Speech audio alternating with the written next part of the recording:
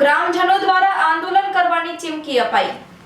અબડાસા તાલુકાના ભાંચુડા ગામની પ્રાથમિક શાળામાં ઘણા સમયથી 53 વિદ્યાર્થીઓ વચ્ચે માત્ર એક જ શિક્ષક છે, જ્યારે સરકારી મહેકમ અને નિયમ અનુસાર 5 શિક્ષકો હોવા જોઈએ, જેની રજૂઆત ગ્રામજનો દ્વારા અવારનવાર કરાઈ છે, છતાં પણ આજ દિવસ સુધીમાં તંત્રની આંખ ખુલી નથી। ત્યારે આજે બહુજન આર્મીના સંસ્થાપક લખન ધુવાએ ગ્રામજનોએ આ સમસ્યાના ઉકેલ માટે અને તાત્કાલિક શિક્ષકોની ભરતી કરવા માટે તારીખ 13 જાન્યુઆરી 2025ના રોજ ભાંચુડા પ્રાથમિક શાળામાં મીટિંગનું આયોજન કરાયું હતું।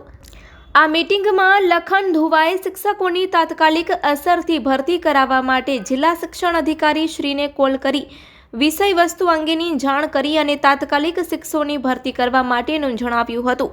જો નહીં કરવામાં આવે તો ગ્રામજનોની સાથે રહી કલેક્ટર શ્રીની કચેરી ભુજ સામે ધરણા કરવામાં આવશે।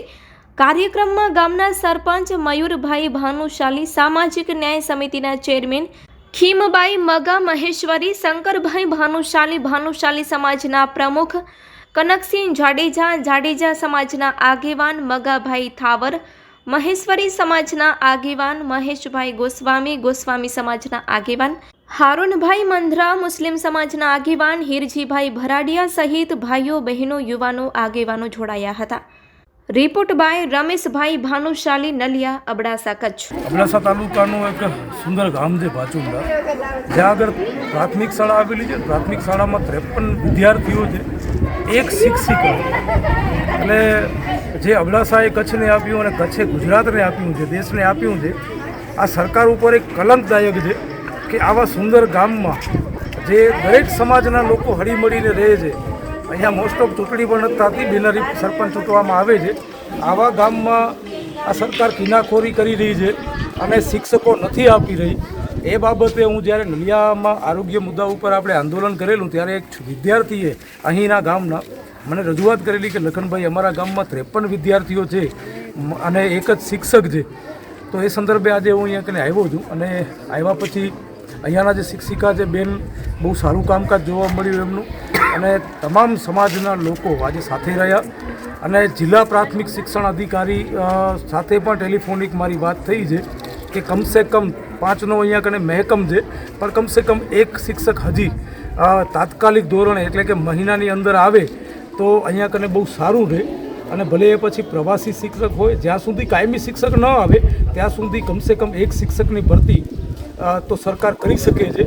આજે આ માંગ કરીએ છીએ, આવનારા દિવસોમાં જો આ એકાદ મહિનામાં પૂરું કરવામાં નહીં આવે તો આંદોલન પણ થશે અને એક ગામ ભાચુંડા માટે નહીં, અબડાસા તાલુકામાં 300થી ઉપર કંઈક 380-90 જેવી સ્કૂલો છે, જ્યાં આગળ 80-90 શિક્ષકોની ઘટ છે આખા અબડાસા તાલુકામાં।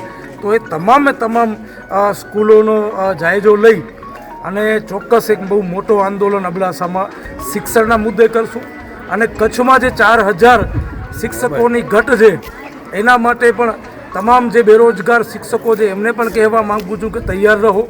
8 થી 10 દિવસની અંદર કલેક્ટર શ્રીને આપણે એક આવેદનપત્ર આપીએ, પહેલું પગથિયું, પછી ધરણાનું છે। જો તમને સરકારી નોકરી જોતી હોય તો હું તમારી સાથે છું। જો તમારા બાળકોને સારું એજ્યુકેશન અને બંધારણમાં જે જોગવાઈ છે ફ્રી એજ્યુકેશન, સારું એજ્યુકેશન જોતું હોય તો હું તમારા માટે આખા કચ્છમાં ફરું છું, મહેનત કરું છું। તમે માત્ર પોતાનો એક દિવસનો સમય કાઢી અને સારા એજ્યુકેશન માટે, સારી હેલ્થ માટે એટલે કે આરોગ્ય માટે સાથ આપજો। મારું નામ ગોસ્વામી મહેશકર દોલતકર છે। શાળામાં તો અમે કેટલા સમયથી લડત કરીએ છીએ, પણ 2 વખત તો તાળાબંધી કરીએ સ્કૂલની અંદર, પણ 2 દિવસે સ્કૂલમાં વ્યવસ્થા ગોઠવે શિક્ષકની હંગામી અને 3જે દિવસે ના આવે। હમણાં પરીક્ષા ચાલુ હતી ત્યારે મેં અહીંયા ફોન કરેલો કે સાહેબ બેન પરીક્ષા લે છે તો એક માસ્ટર તો કમસે કમ આપો, બીજા છોકરાને સાચવે, પણ એક દિવસ આવે ને બીજા દિવસે બંધ। હવે પ્રશ્ન એ કહે છે કે ઉપરથી ભરતી નથી તો અહીંયા સ્કૂલ બંધ કરી દઈએ, બીજે ક્યાંક હલાવી દઈએ, એ સિવાય અમારી પાસે કોઈ વિકલ્પ નથી। ભાચુંડાની અંદર 2 વખત શાળાને તાળાબંધી કરવા આવી છે, છતાં એ લોકો દાદ દેતા નથી। મારું નામ ગુસાઈ ભરતગીરી, હું ભાચુંડા ગામનો રહેવાસી છું। આજે અમારા ગામની અંદર શાળાની અંદર 53 વિદ્યાર્થીઓ છે ટોટલ, એને ભણાવવા માટે માત્ર અને માત્ર એક જ શિક્ષિકા બેન છે। અને આ હાલત આજથી નથી, છેલ્લા 2 વર્ષથી એની પરિસ્થિતિ છે. અમે ઘણા આવેદનો આપ્યા છે, ઘણી વખત સરકારી જે પણ તંત્ર છે એને ઘણી રજૂઆતો કરી છે. છેલ્લે તાળાબંધી સુધીની અમે તાળાબંધી સુધીના પગલાં ભર્યા છે. છતાં પણ સમજી લો કે સરકાર ઊંઘમાં જ હોય, આંખો ખોલતી જ નથી એવું અહીંયા અમને જણાઈ રહ્યું છે. તો આજે બીજું કોઈ પગલું ન દેખાતા આગળનું પગલું અમને કંઈ સૂઝ્યું નહીં. એટલે કમસે કમ આ લખનભાઈ જેવા સામાજિક અગ્રણી છે એમને બોલાવીને કે ભાઈ તમે અમને કાંઈક હજી આનાથી આગળની પણ કંઈ સલાહ આપી શકો એના માટે બોલાવ્યા છે. હવે બેડું અમે અમારું જે બીડું છે એમને આપીએ છીએ લખનભાઈને કે ભાઈ તમે આગળ વધો, બરાબર છે, અમે તમારી સાથે આવીએ એવી રીતના કરીએ. કે આજે એવું છે કે રાજકારણીઓ જે છે એ એકબીજાના પગ ખેંચવામાંથી નવરા નથી થતા. આજે લખનભાઈ આવ્યા છે એટલે કાલે કોઈ પ્રદ્યુમનસિંહ હોય કે ગમે એ હોય, બરાબર, કે વિનોદભાઈ ચાવડા હોય, ભાજપ હોય કે કોંગ્રેસ હોય, ઘણા રાજકારણીઓ આવી જશે કે ભાઈ અમને કીધું હોત તો અમે કરી દીધું હોત. અરે ભાઈ પણ તમે આવો, અમે ક્યાં તમને ના પાડી છે કે તમે કામ ન કરો.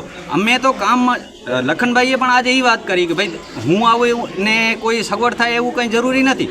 કોઈ પણ આવે, કોઈ પણ રાજકારણી અગ્રણી આવે, કોઈ પણ પક્ષનો આવે, પણ અમારા છોકરાઓ માટે, ભણતર માટે, સાક્ષરતા માટે, શિક્ષણ માટે તમે કંઈક પગલાં ભરો. આ સરકારની જવાબદારી છે.